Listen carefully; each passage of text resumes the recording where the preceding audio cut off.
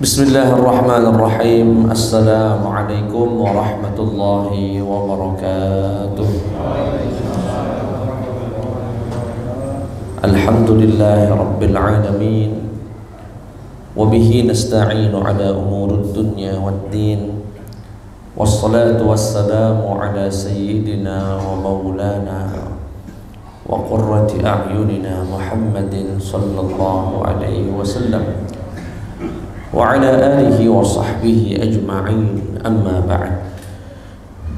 Jamaah hilir mengaji yang dirahmati dan dimuliakan Allah subhanahu wa ta'ala, alhamdulillah thumma alhamdulillah atas seluruh nikmat Allah subhanahu wa ta'ala yang terus dicurahkan, diberikan oleh Allah subhanahu wa ta'ala, meski kita belum sepenuhnya menaati Allah subhanahu wa ta'ala. Semoga itu tanda bahwasanya rahmat Allah sabaqat ghadabahu, kasih sayang Allah yang mendahului amarahnya.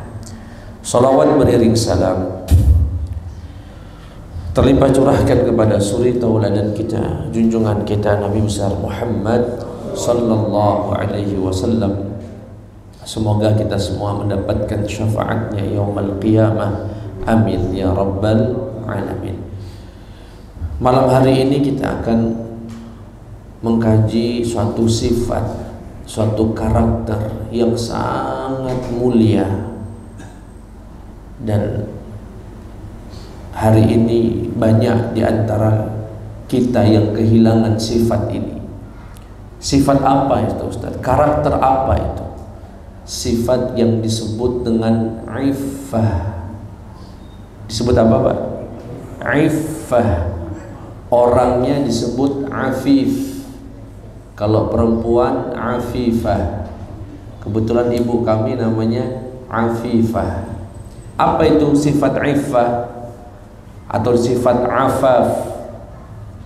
Yaitu orang yang bertahan untuk makan yang halal aja, dan orang yang bertahan untuk tidak minta sama orang.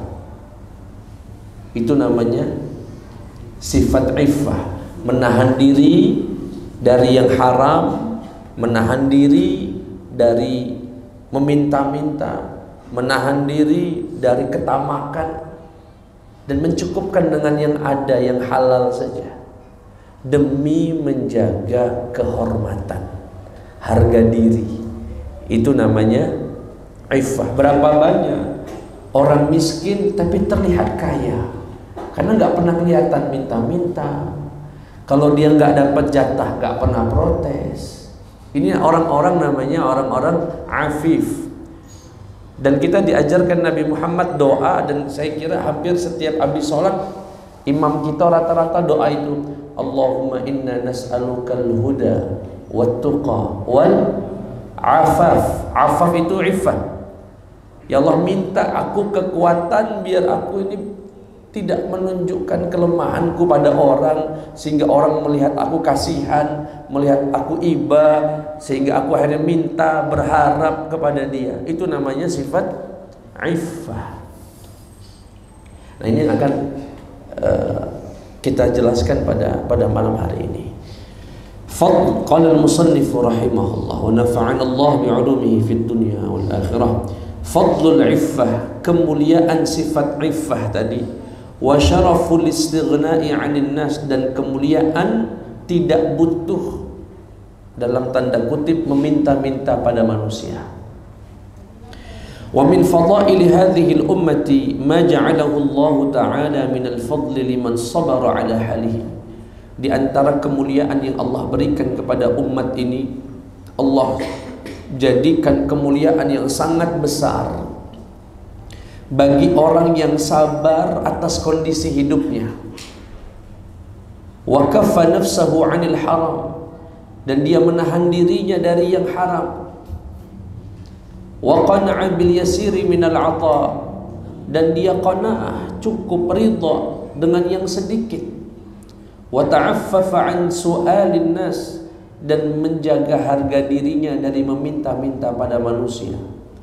wa aqbala 'alal 'amal, dan memilih untuk bekerja, ma'al i'timadi 'ala Allah, ya, lebih memilih untuk bekerja sembari bertawakal kepada Allah. Ada orang datang ke kita, misalnya ada orang sedang dalam kondisi susah, saro.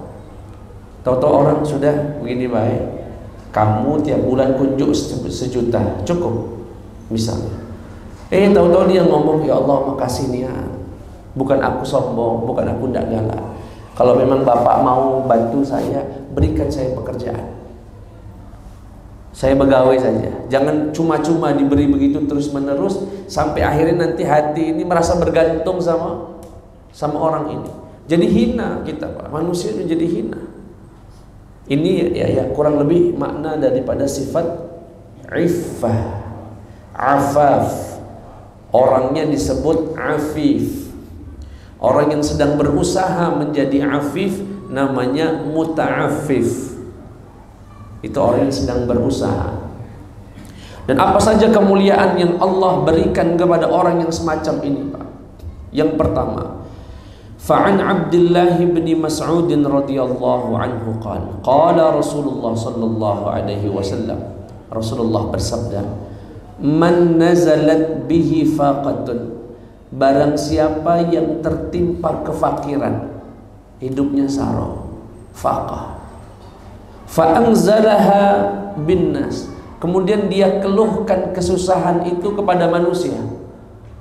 Datang dia ke seseorang, oh ya aku saronian hidup aku, mama nolah pacak bantu aku dah, aku saronian, tolonglah, mohonian bantu aku. Apa kata Allah Subhanahu? Lam tusadda faqatu, tidak akan hilang kefakirannya itu, tidak akan terpenuhi, tertutupi kefakirannya, bahkan akan terus merasa fakir.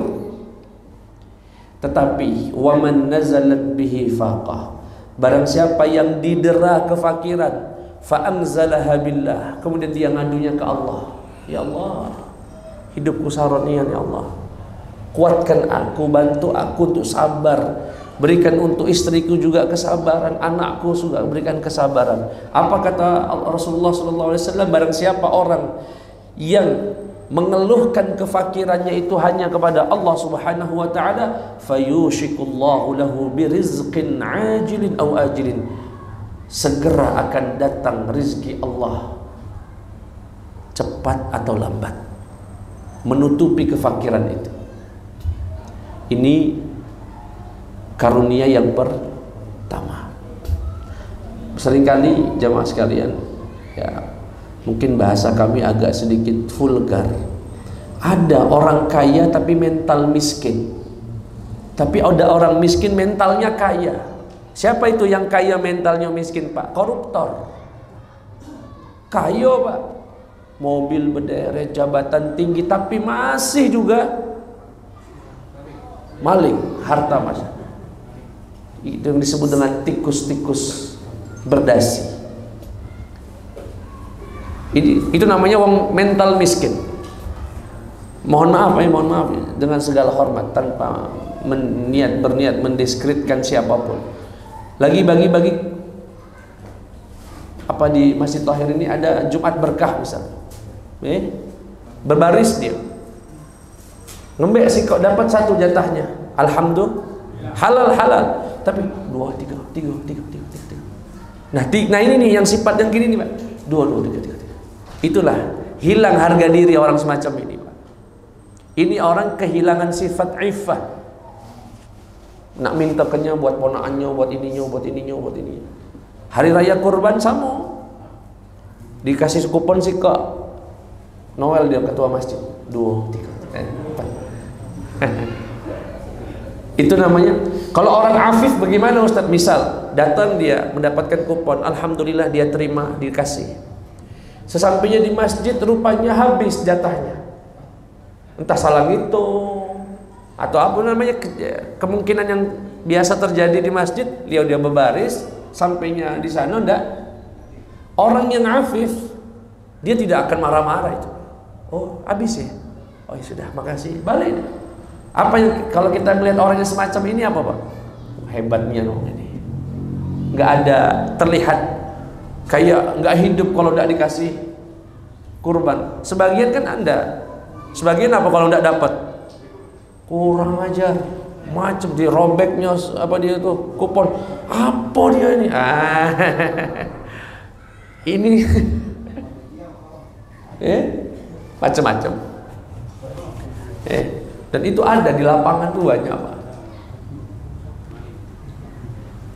Nanti pemilu bagi-bagi sembako, dikumpulkannya galau. Itu orang nggak punya iffah. Tapi orang yang punya iffah ketika datang calon DPR, calon wali kota, macam-macam mau ngenjuk. Mohon maaf Pak ya, bukan aku nih sok kaya, tapi aku ndak galak yang makan semacam. Iffah. Harga dirinya lebih mahal daripada sekantong sembako itu. Nah, sifat ini yang sudah mulai luntur di tengah masyarakat. Nah, orang semacam ini Pak, ini orang miskin bermental kaya. Dia keadaannya sulit Pak. Dia tahu sulit, tapi daripada dia jual harga dirinya untuk hal yang gak jelas itu, dia gak mau. Apalagi yang haram. Sekali lagi, itu yang kita minta setiap habis sholat. Allahumma inna nas'alukal huda wat tuqa wal afafa wal ghina 'anil nas afaf. Minta itu. Itu yang pertama. Kemudian Nabi Muhammad sallallahu alaihi wasallam bersabda, An Abi Hurairah radhiyallahu anhu qala Rasulullah sallallahu alaihi wasallam, man jaa'a, barang siapa yang lapar, aw ihtaja, atau dia punya hajat, fakatamahun nas, dia sembunyikan, dia lapar sebetulnya Pak. Dia butuh sesuatu tapi dia tahan untuk tidak meminta kepada manusia. Wa afdha bihi ila Allah, tapi dia lapornya kepada Allah Subhanahu wa taala. Kana haqqan 'ala Allah an yaftaha lahu quta sanatin min halal. Maka itu menjadi hak dia atas Allah untuk diberikan rizki 1 tahun yang halal. Jaminan dari Allah Subhanahu wa taala. Pak, orang-orang semacam ini yang mohon maaf ya, miskin dia, miskin. Tapi tidak pernah terlihat dia berbaris, nuntut-nuntut, ngemis-ngemis, minta-minta. Ya.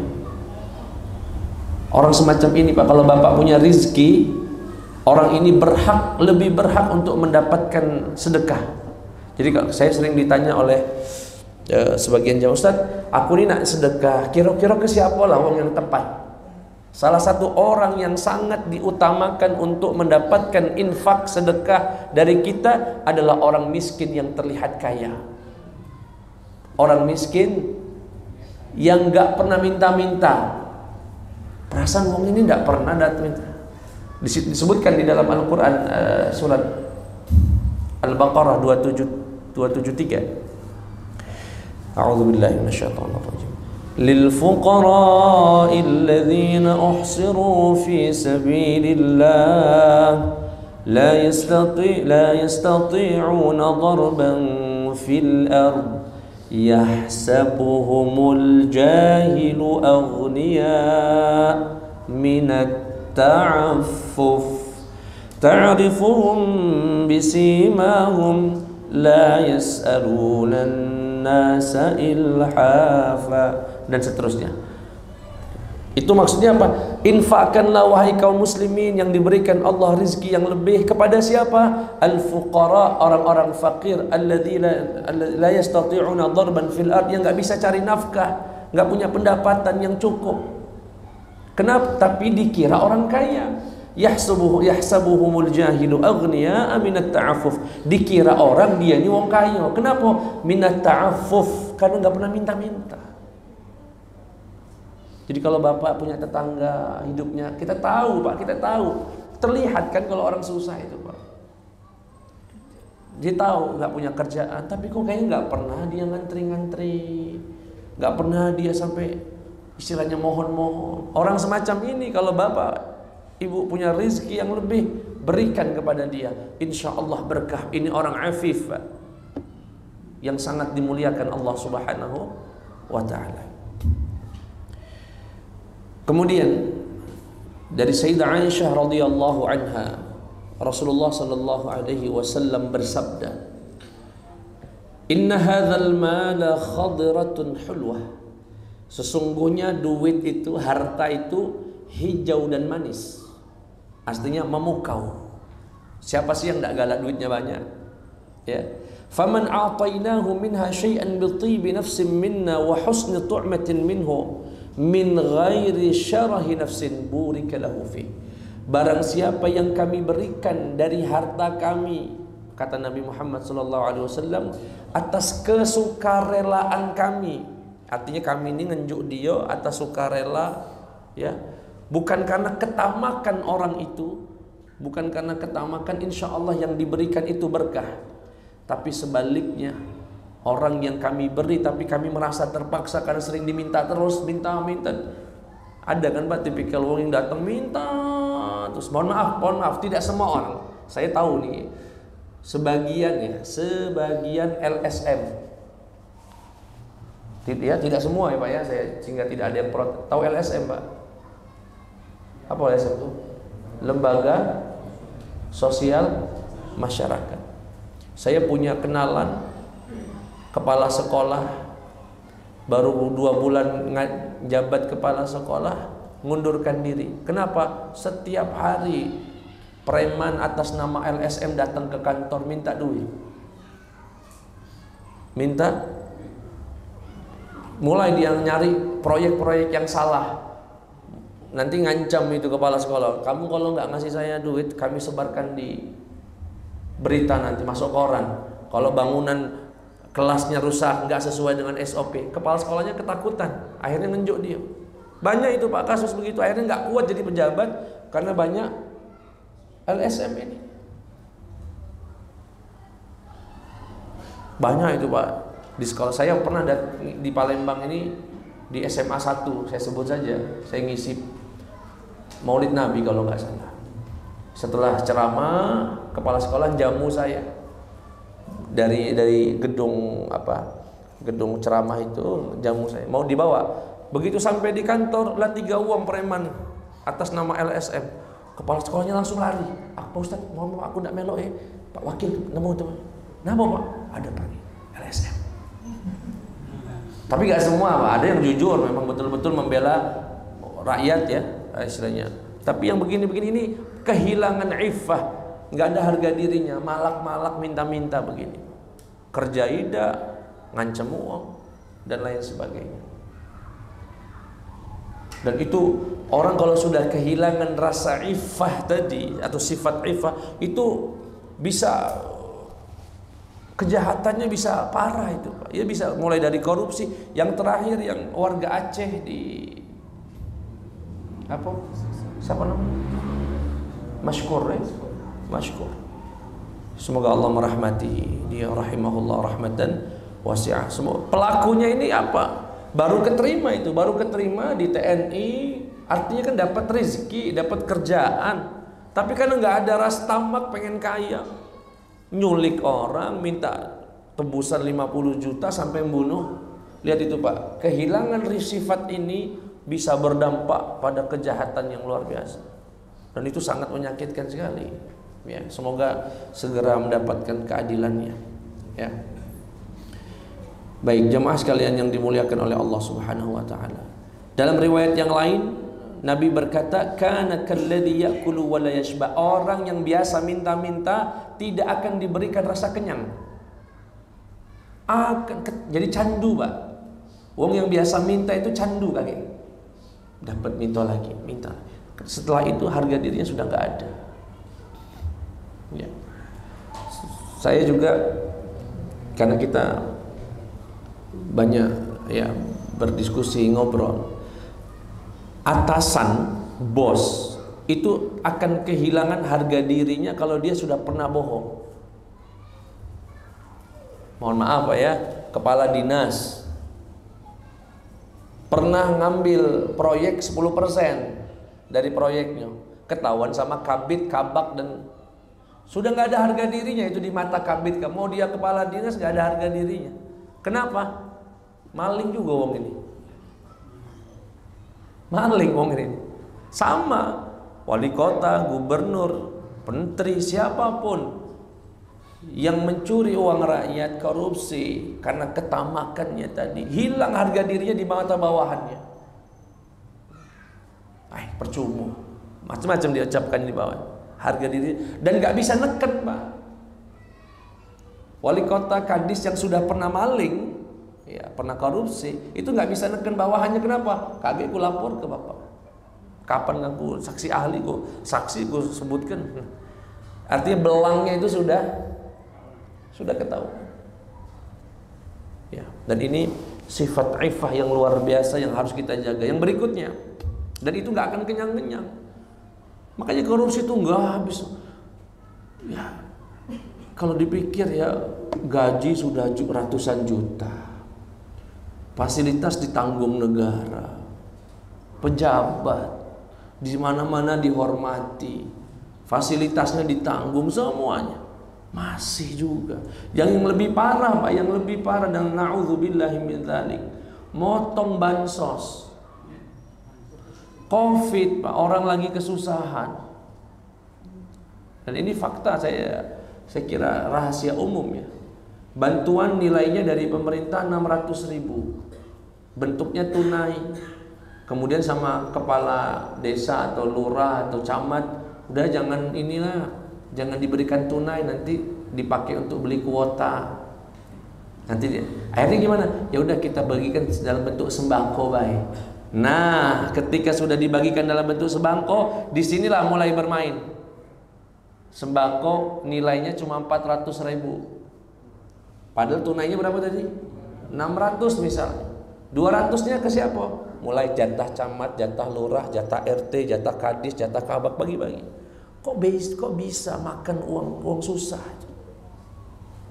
Makanya betul dikatakan orang fakir itu hanya menjadi alamat kebijakan aja. Jadi alamat ini dialamatkan untuk orang fakir, tapi yang sampai nggak ada,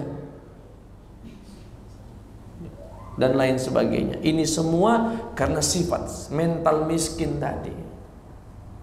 Memang kita harus agak sedikit kasar, Pak. Kalau tidak begini, koruptor, agak keren namanya koruptor. Tikus itu namanya, maling. Dan saya setuju dengan Ustadz Adi Hidayat dan beberapa asatidz untuk pekerjaan-pekerjaan yang sudah merajalela, nggak usah dialus-alusin diksi katanya. Oh, ini mantan koruptor, kan uangnya nggak tahu koruptor, cak aktor itu ya, cak promotor, cak apa lagi, doktor, udah maling. Itu maling, tikus, gitu ya, apa? Ya tikus berdasi tadi, masih agak halus itu.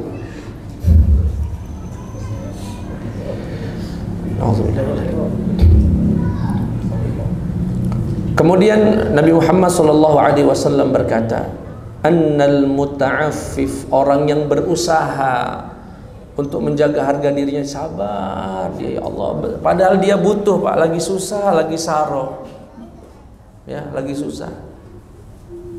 Tahu-tahu ada orang ngasih tapi dari harta maling.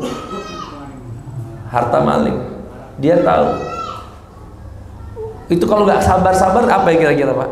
Yang maling dia ngapain, tidak apa-apa. Kan yang maling dia pikirkan halal ya? Enggak. Dia sabar. Orang semacam ini mahbubun 'indallah, dicintai di sisi Allah Subhanahu wa taala. Disebutkan dalam sabda Nabi Muhammad sallallahu alaihi wasallam, innallaha yuhibbul ghaniyal halimal muta'affif, sesungguhnya Allah mencintai orang yang berkecukupan, yang halim, yang sabar, ya, dan muta'affif, menjaga kehormatan dirinya. Wa yubghidul badhi'al fajir as-sahil al-mulih, dan Allah benci sekali dengan orang yang kata-katanya kotor, perbuatannya durhaka, dan kalau minta ngemis betul sampai ngerinting-rintih sama orang. Benci Allah dengan orang semacam itu. Allah pengen rintihan-rintihan itu hanya ke Allah saja. Pak, mohon sih, kalau nggak sama Bapak saya nggak bisa lagi, Pak. Kalau bukan Bapak siapa lagi? Nah, Allahnya di mana? ya, dan lain sebagainya. Semoga Allah kuatkan kita, Pak. Dan ini berat, saya tidak seringan yang kami katakan. Dalam kondisi tertentu memang berat sekali, ya, berat sekali.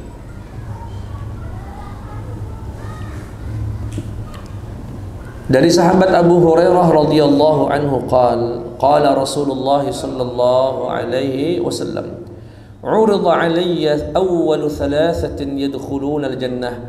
Diperlihatkan kepadaku 3 orang pertama yang akan masuk surga dan 3 orang pertama yang akan masuk neraka.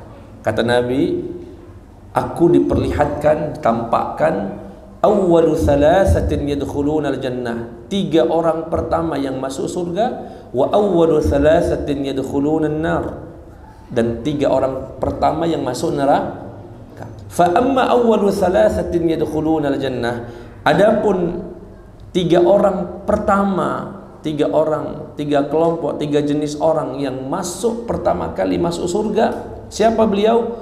Fasyahid, yang pertama syahid, orang yang meninggal di medan perang demi menegakkan kalimat Allah. Wa 'abdun mamlukun ahsana ibadata rabbih wa nasaha li sayyidih, kemudian hamba budak yang ibadahnya rajin dan taat pada tuannya. Dan yang ketiga, wa'afifun muta'affifun dzu 'iyalin, seorang yang menjaga harga dirinya dan berusaha untuk tidak minta-minta sama manusia meski dia punya keluarga yang harus ditanggung. Ini orang yang pertama masuk surga nanti. Afifun muta'affifun dzu 'iyalin, orang yang sifatnya menahan diri dari yang haram dan dia berusaha melakukan itu meski dia punya keluarga. Yang berikutnya, ya, Nabi Muhammad juga mengajarkan doa, dan ini doanya, Pak, biar kita diberikan sifat ifah. Doanya apa tadi, Pak? Allahumma inni as'aluka al-huda wat-tuqa wal-afafa wal-ghina 'anil nas, atau wal-ghina. Ya Allah, aku memohon kepadamu agar kau berikan petunjuk, hidayah, huda, wat-tuqa, rasa takut, wal-afafa, rasa sabar untuk menjaga kehormatan, wal-ghina, dan berikan aku ya Allah rasa cukup daripada bantuan manusia, ya, daripada bantuan manusia. Kemudian jamaah sekalian yang dimuliakan Allah, bahwasanya orang yang menjaga harga diri itu tergolong orang yang tangannya di atas meski dia nggak ngasih apa-apa. Kan kata Nabi Muhammad, al-yadul ulya khairun minal yadil sufla, tangan yang di atas lebih baik daripada tangan yang di bawah. Nah, orang yang muta'affif ini, yang tidak minta-minta meski dia nggak bisa ngasih apa-apa, tapi tangan dia sama dengan orang yang berada di tangan di atas, ya. Orang kalau sudah kehilangan rasa ifah itu nggak ada malu lagi, Pak. Pernah orang datang, ya, pembagian yatim, ya, pembagian bantuan untuk anak-anak yatim. Dia bawa orang yang nggak yatim.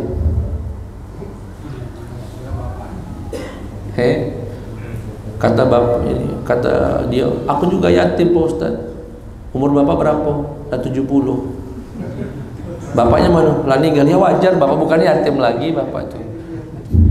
Ya, kalau itu banyak yang yatim di sini ini.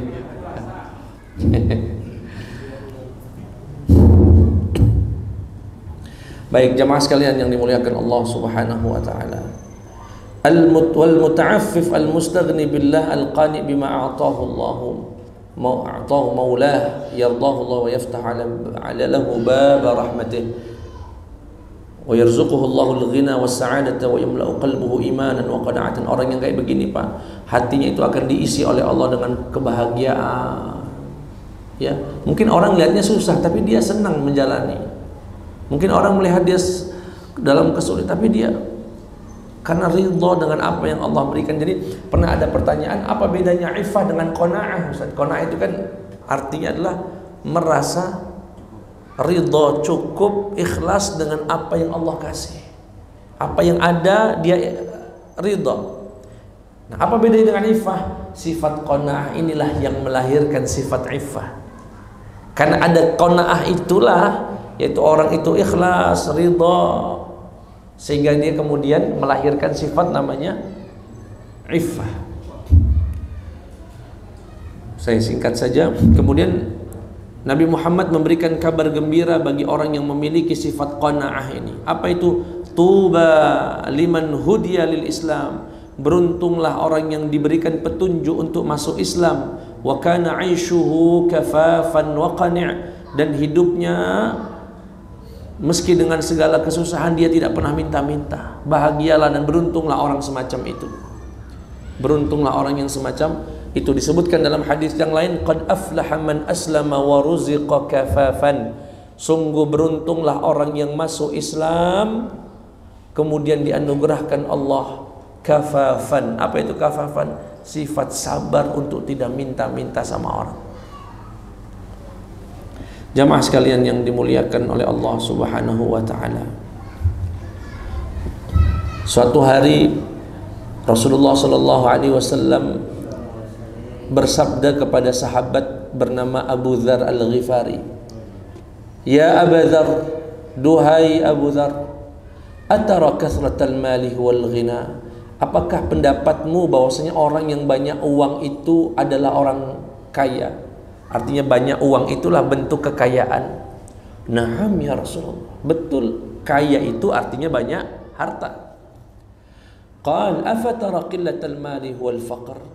Lalu apakah kamu berpendapat kalau sedikit harta itulah yang disebut dengan kefakiran?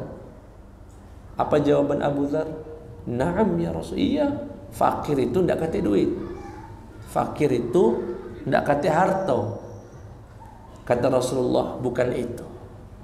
Innamal ghina ghinal qalbi wal faqr faqrul qalbi.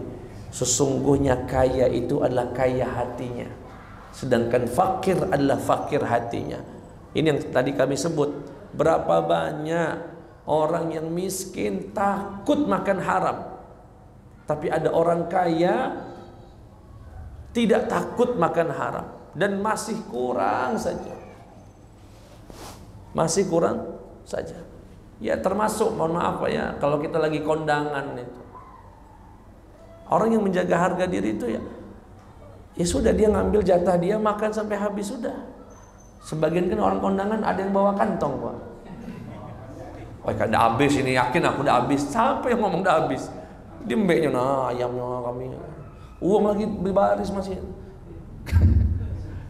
Nggak ada di sini, orangnya nggak hadir. Insya Allah. Tapi ada Pak ya? Ada Pak. Saya pernah lagi duduk begini, Pak Ustadz bawalah. Bu, ibu siapa? Udah ada pada ini, udah katanya makan Ustadz. Ibu ini siapa? Panitia bukan, bajunya bukan panitia. Sama-sama tamu kondangan, ngembek kayak ngambilkan aku lauk, ditunjuknya dia. Oh ibu udah. Kita balikan saja. Dan sifat-sifat semacam ini ya kehilang, itu disebut dengan yang kami sebut, kata Nabi Muhammad SAW, innamal ghina ghinal qalbi. Sesungguhnya kaya itu kaya hati. Dia hanya cukup dengan yang halal, dia enggak makan yang haram. Wal faqru faqrul qalbi. Yang fakir itu fakir hatinya. Ya. Bukan, meski mobilnya berderet, rumahnya besar, masih juga nyerobot tanah orang. Ada Pak? Ada. Sudah kaya, sudah sampai katanya hartanya nggak habis 7 keturunan misalnya, masih juga ngurangin gaji karyawannya. Banyak macam-macam. Nauzubillahi min dzalik. Padahal Pak, Nabi Muhammad sallallahu alaihi wasallam memberitahukan kita bahwasanya izzal mu'min huwa istighna'uhu 'anil nas. Bahwasanya kemuliaan seorang mukmin di saat dia tidak butuh pada manusia, dalam tanda kutip butuh untuk minta-minta, ngemis-ngemis. Kalau dalam kehidupan kita saling bertolong menolong itu tidak ada masalah. Tapi ketika dia merasa tempat dia menaruh harapan hanya Allah, saat itulah dia mendapatkan izzahnya, mendapatkan kemuliaan dan harga dirinya. Wa qad ista'adha Rasulullah sallallahu alaihi wasallam minan nafsi la tashba'. Ada juga doa yang diajarkan Nabi. Apa itu? Allahumma inni a'udzubika min 'ilmin la yanfa' wa min qalbin la yakhsha' wa min nafsin la tashba'. Apa artinya? Ya Allah, aku berlindung kepadamu min 'ilmin la yanfa', dari ilmu yang enggak bermanfaat, wa min qalbin la yakhsha', dari hati yang enggak pernah khusyuk, wa min nafsin la tashba', dari jiwa yang enggak pernah puas, kurang terus. Jamaah sekalian yang dimuliakan Allah Subhanahu wa taala, saya berikan resep Pak, dan ini dari Nabi Muhammad sallallahu alaihi wasallam, untuk kebahagiaan dunia. Saya katakan untuk standar bahagia di dunia. Saya pernah sampaikan kepada beberapa murid ya. Saya yakin Bapak Ibu saya termasuk ingin hidupnya bahagia dunia dan akhirat. Sekarang bicara dulu tentang kebahagiaan dunia. Nah, sebelum kita mencari kebahagiaan dunia dan berusaha mewujudkan bahagia dunia, Bapak harus, kita galau-galau menentukan standar bahagia itu apa, sehingga Bapak merasakan bahagia. Saran aku Pak, dan ini saran dari Nabi, standar bahagia itu jangan terlalu muluk sehingga Bapak cepat bahagianya. Ada orang kan begini, aku tidak akan bahagia sampai aku punya rumah lantainya 3, mobilnya 2, sawah 2 hektar, aku baru bahagia. Sampai meninggal tidak terwujud. Berarti bahagia nggak uang ini Pak? Tidak bahagia. Kenapa? Standarnya terlalu tinggi. Jadi kalau mau cepat bahagia, kurangi standar bahagianya sehingga cepat bahagia. Apa standarnya Ustaz? Ini dari Nabi. Kata Nabi Muhammad sallallahu alaihi wasallam, "Man asbaha aminan fi sirbih, mu'afan fi jasadih, 'indahu qutu yaumih, faka'annama hizat lahu dunya bihadzafiriha." Kata Nabi, barang siapa yang pagi-pagi merasa aman batinnya, enggak ada ancaman, enggak ada tekanan, enggak ada tekanan hutang, ancaman macam-macam, enggak ada. Pokoknya batinnya tenang, badannya sehat, dan punya makanan di hari itu, sungguh dia telah mendapatkan dunia dan seisinya. Apa aja Pak? Batin tenang, badan sehat, punya makanan di hari itu. Itulah dunia seisinya Pak. Orang yang gak bahagia itu pengennya badan sehat, duit tenang, duit banyak, makannya pacar setahun ke depan, di bintang 5. Nah, akhirnya tidak bahagia-bahagia. Padahal kata Nabi, cukup pagi-pagi nyantai depan rumah. Ngomong sama orang rumah, Dek, siapkan teh manisnya sama roti. Dah kate roti Kak, gorengan bakwan jadi. Kate bakwan, pempek yang dingin tuh jadilah nak. Oh, standar no di batinnya tenang, badannya sehat, punya makanan di hari itu, sudah Pak, itulah dunia dan sisinya. Mau apa lagi? Itu kata Nabi Muhammad sallallahu alaihi. Jujur saja, saya praktikkan betul ini Pak. Saya itu paling sering pagi-pagi naruh habis sholat subuh macam-macam, duduk kursi di depan teras atau di halaman rumah, duduk kasih meja, teh atau air anget, kage roti atau sudah, yang paling cuma butuh 5.000 Pak, 7.000 lah mahal-mahalnya, duduk nyantai, ngirup, alhamdulillah, oh nikmat apa lagi, lah sholat subuh, badan sehat, nikmat Pak, nikmatnya. Tapi apa yang menghilangkan kenikmatan kita Pak? Yang merusak suasana itu hutang, kredit. Ngirup dia kopi, woi saroh, besok ada bayaran ini. Sudah sejak hari itu nggak ada bahagia. Makanya hari ini yang merenggut banyak kebahagiaan di rumah tangga manusia, banyak kredit. Tinggalkan kredit, akan kembali kebahagiaan dalam rumah tangga, insya Allah. Woi Pak Ustadz ini nyindir nih anakku. Ya mohon maaf kalau tersindir. Nah yang tawanya keras tuh caknya punya kreditan. Nah, tambah keras, tambah jadi. Punya duit 11 juta, sudah beli Beat by Second, sudah. Ini punya duit 11 pengennya Nmax, baru pula, sudah kredit ya. Biar napo, biar dianggap uang motornya keren baru Ustaz. Dipuji uang seminggu Pak, Bapak minggirnya 2 tahun nak bayar. Betul apa salah Pak? Saro hidup, makan ndak enak, apa ndak enak, bawaan emosi terus sama uang rumah, ribut.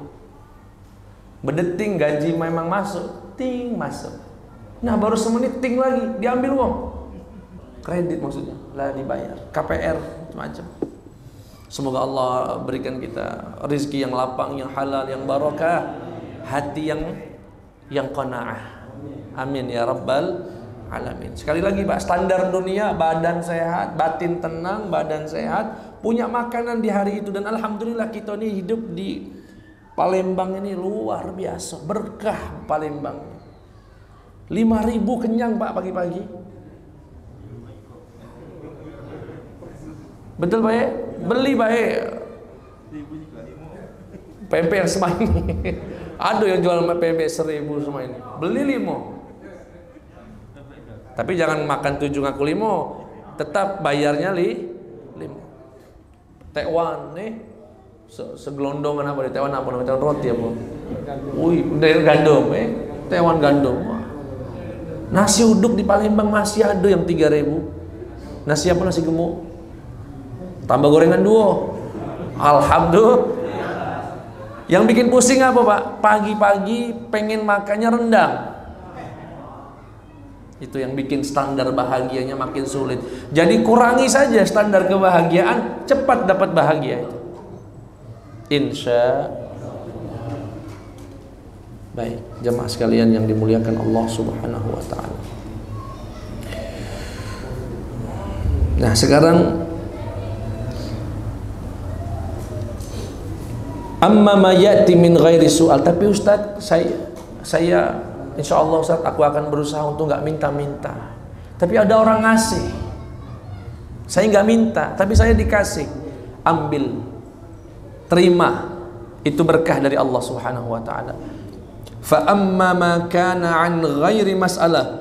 Adapun rizki yang dia dapat tanpa meminta, fa innama huwa rizqun yarzuqukahullah. Sesungguhnya itu adalah rizki yang Allah berikan kepadamu. Kalau kita nggak minta-minta.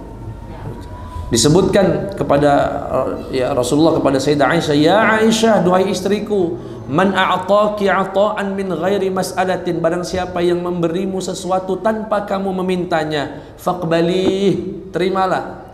Fa innama huwa rizqun, sesungguhnya itu adalah rizki dari Allah Subhanahu wa taala. Wa qala aidan innama fa innama huwa rizqun saqahu Allah, itu adalah rizki dari Allah Subhanahu wa taala. Wala yudhan al-akhidh al-muhtaj al-mustahiq bi annahu madmum, dan jangan sampai ada dugaan, tuduhan orang yang mengambil atau menerima tadi, dia butuh, dia nggak minta-minta, tahu-tahu ada orang ngasih, kemudian dia terima, ya Allah makasih Pak bantuannya, dia terima. Jangan dikira orang semacam ini nggak termasuk yang afif. Ini termasuk yang afif karena dia nggak minta-minta. Bahkan Nabi berkata, mal mu'ti min sa'atin bi afdala min al-akhidh idza kana muhtajan. Orang yang memberi sedekah ketika dia kaya tidak lebih afdal daripada orang yang menerima bantuan tanpa meminta. Saya ulangi lagi Pak, bahasanya agak apa dia? Kata Nabi, orang yang memberi, yang infak ketika dia kaya, itu kedudukannya tidak lebih tinggi dari orang yang mengambil pemberian orang, dia nggak minta. Artinya apa? Orang yang menerima bantuan tanpa dia memintanya, kedudukannya bahkan lebih tinggi dari orang yang sedekah dalam kondisi lapang. Kata Nabi Muhammad sallallahu alaihi wasallam. Jemaah sekalian yang dimuliakan oleh Allah Subhanahu wa taala. Saya kira cukup itu ya pada malam hari ini. Dan beliau sebetulnya menutup dengan firman Allah di dalam surat Syura. Allah berfirman, a'udzubillahi minasyaitonir rajim, ayat 27 dan 28. Walau basatallahu ar-rizqa li'ibadihi labaghaw fil ardi walakin yunazzilu biqadarin ma yasha'. Innahu bi'ibadihi khabirum basir, dan seterusnya. Yang pada intinya Allah Subhanahu wa taala ya andaikan membentangkan rizki itu ke hamba-hambanya, semuanya dikasih rizki yang lancar, mereka akan membuat kerusakan saja di bumi. Tapi Allah berinya dengan kadar masing-masing. Artinya apa? Ya lah bagiannya. Apa kata orang Palembang? Lah bagiannya kan. Ya memang segini rezeki kita, nak mana lagi? Nggak usah dipaksa-paksa, nggak usah harus minta-minta. Apalagi sampai yang kalau ada dulur misalnya, jabatannya naik, kepilih jadi bupati, kepilih jadi wali kota, datang dia, cik. Aku nih mamang kamu sebetulnya nih, mamang dari mana mamang ya? Tahu-tahu jadi mamang ini, maksudnya nak nitip. Nggak usah yang begitu-begitu. Kun afifan, jadilah muslim yang pandai menjaga harga dirinya. Ada hadis walaupun lemah ya, tapi sebagai istighnasan.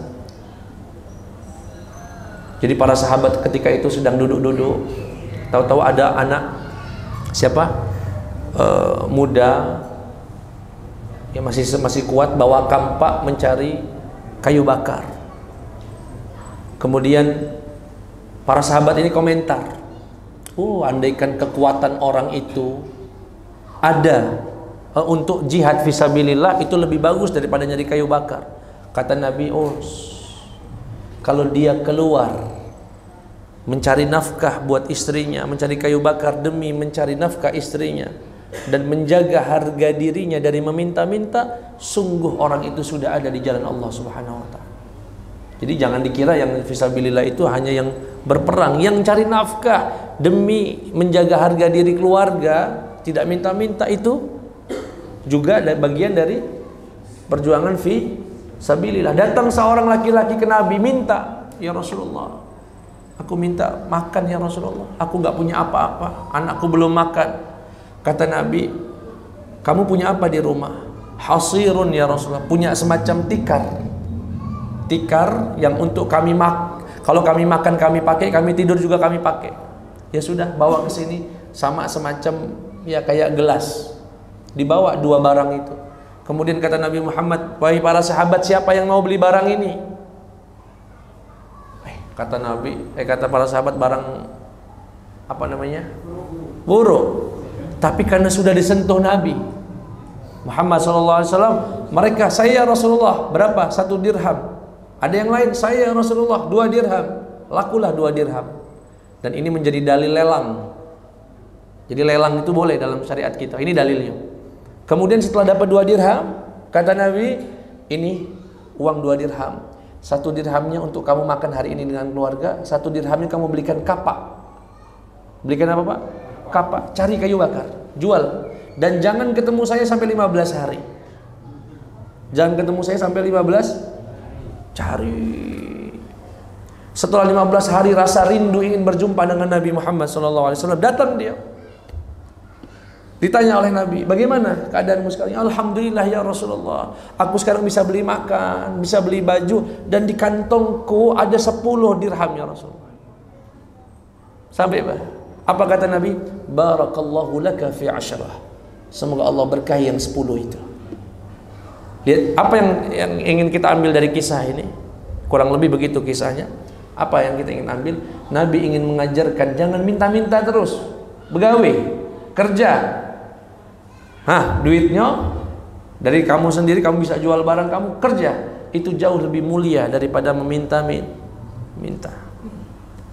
Saya kira itu yang bisa kami sampaikan. Kurang lebihnya mohon maaf kepada Allah, mohon ampun. Subhanakallahumma bihamdika asyhadu an la ilaha illa anta astaghfiruka wa atubu ilaik. Wassalamualaikum warahmatullahi wabarakatuh.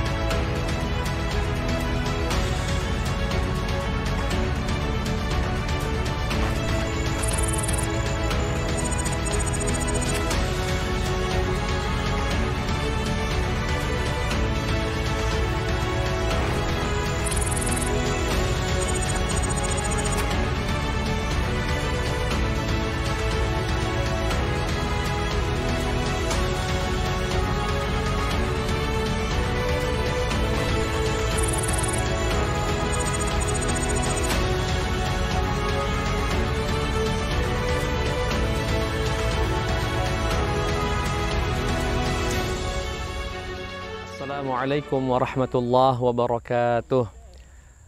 Kepada seluruh jamaah dimanapun berada, melalui video ini kami atas nama Yayasan Sahabat Sampai Surga ingin mengucapkan ribuan terima kasih karena atas bantuan, kontribusi, wakaf dari jamaah sekalian. Alhamdulillah kita telah membebaskan 1 hektar lebih tanah yang kedepannya akan berdiri Pondok Pesantren Tafsir Al-Quran Ibnul Azhar. Bisa kita lihat di belakang saya inilah tanah di mana ada di antara kita yang menyumbang 1 meter, ada yang 2 meter, ada yang bahkan sampai 1000 meter.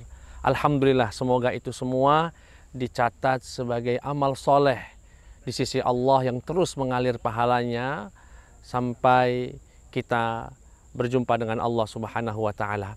Dan kembali kami mengajak jamaah untuk berkontribusi dalam rangka pembangunan pondok pesantren, ya seberapapun yang kita mampu.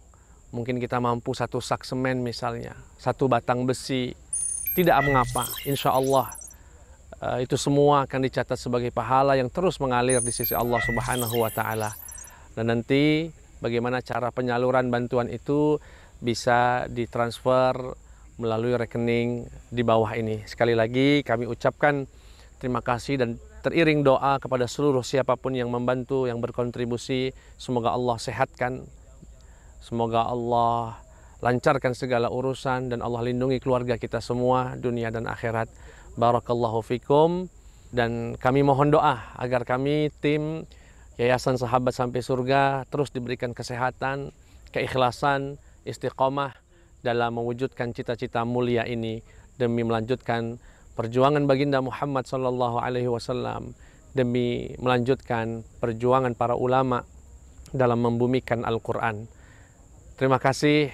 Jazakumullahu khairan. Wassalamualaikum warahmatullahi wabarakatuh. Bismillahirrahmanirrahim.